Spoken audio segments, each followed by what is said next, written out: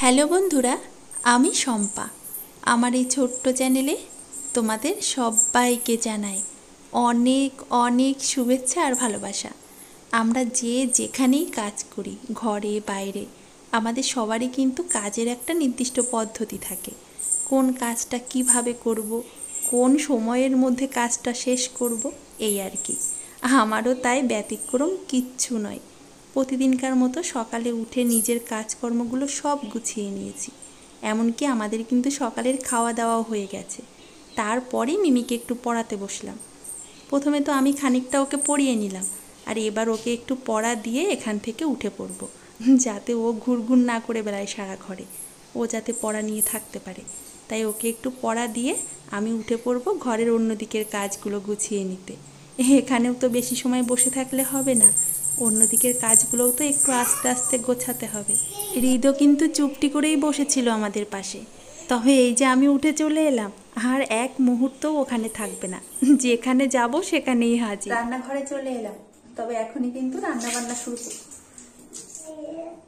দেখেছো কাজ, দেখেছো জলের কলটা খুলে দিয়েছে। হ্যাঁ বাবা থাক, জলের কলটার মুখটা দিয়েই রাখি, মানে ও খুলে দেয় বলে। কখনো হয়তো খুলে রেখেছি, দিতে ভুলে গেছি, কলটা ছেড়ে দিয়েছি। এখনই রান্নাটা শুরু করব না, আগে না আজ একটু রান্নাঘরটা গুছিয়ে নেব। বড্ড অগোছালো হয়ে আছে রান্নাঘরটা। রিতকে নিয়েই তো জানো বেশিরভাগ সময় রান্না করি, তো ঝটপট আর কি রান্না করি আর বেরিয়ে যাই। ঠিকভাবে না সব সময় গুছিয়ে রাখা হয় না, মানে যেখান থেকে জিনিসটা নিই সেখানে জায়গা মতো আর ঠিকভাবে রাখা হয় না তাড়াহুড়োর জন্য। তোমরা কতটা বুঝতে পারছো জানি না, আমার কাছে বড্ড অগোছালো লাগছে। বিশেষ করে যেখানে মশলাপাতি রাখি ওই জায়গাটা, মানে একদমই যাচ্ছে তাই অবস্থা। তো এখন দেখলেই তো মিমিকে একটু পড়তে দিয়ে এলাম, ও একটু পড়তে থাকুক, আমি ততবেলা আগে রান্নাঘরটা গুছিয়ে দিই। সকালের খাওয়া দাওয়া হয়ে গেছে, এখন এই যে রান্নাঘরটা গুছিয়ে নিয়ে তারপরে যদি সময় থাকে একটু অন্যদিকের কাজ করে তারপর রান্না বান্না শুরু করব। চলো কাজে লেগে পড়ি, দেরি করে লাভ নেই। রিতকে সাথে নিয়েই করতে। আসো,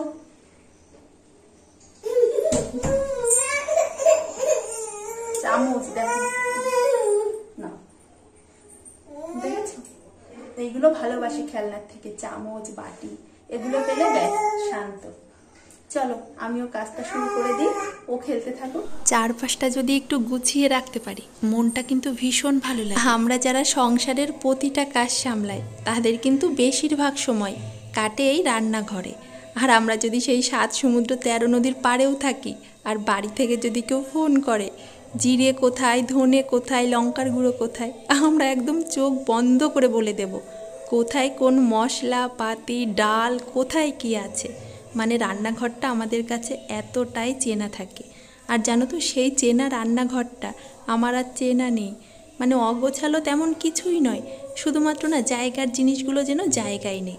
মানে যেখানে জিরে থাকে সেখানে জিরে নেই, মানে হাত দিলে সেখানে আর সেই জিনিসটা পাচ্ছিলাম না। কদিন ধরে না এতটাই অগোছালো হয়েছিল, আর সময়ও পাচ্ছিলাম না যে ঠিকভাবে গুছিয়ে নেব। আজ ভাবলাম একটু সময়ও পেয়েছি, আর মিমি বাড়িতে, ওর এখন স্কুলটা ছুটি, তাই ভাবলাম একটু গুছিয়ে নিই।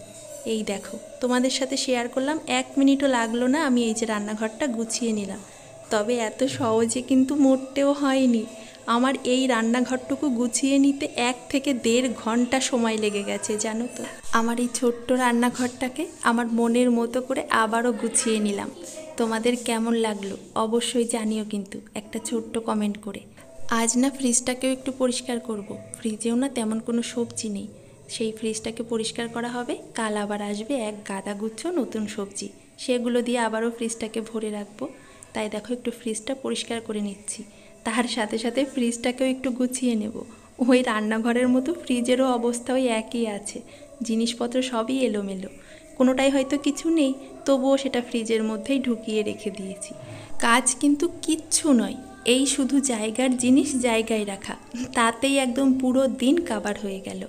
যাই হোক, আমি ফ্রিজটাকেও একটু গুছিয়ে নিলাম, আর ফ্রিজে বাঁচা কোচা যে সবজিগুলো ছিল সবই বের করে নিয়েছি।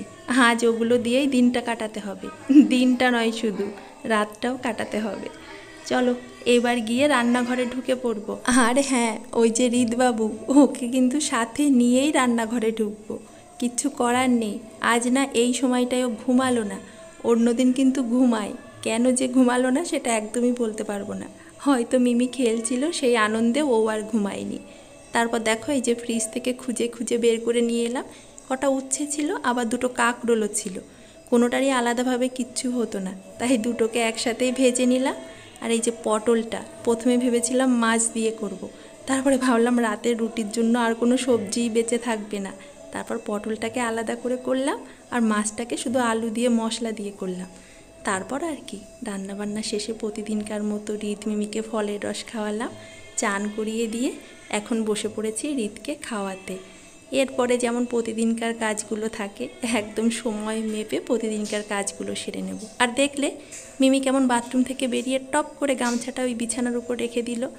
এটা যে কি বাজে অভ্যাস না, সে আর কি বলবো, প্রতিদিন জানো না। রিদের খাওয়া দাওয়া হয়ে গেছে, আর মিমি চান করে গান নিয়ে বসলো। আমি রিতকে ঘুম পাড়িয়ে দেব, ততক্ষণে মিমির গানটাও হয়ে যাবে। তারপর আমি আর মিমিও একসাথে খেয়ে নেব। আজ ভিডিওটা এখানেই শেষ করলাম। কাল আবারও ফিরে আসবো আরো একটা নতুন ভিডিও নিয়ে। সবাই ভালো থেকো, আর অবশ্যই অনেক অনেক আনন্দে থেকো। টাটা।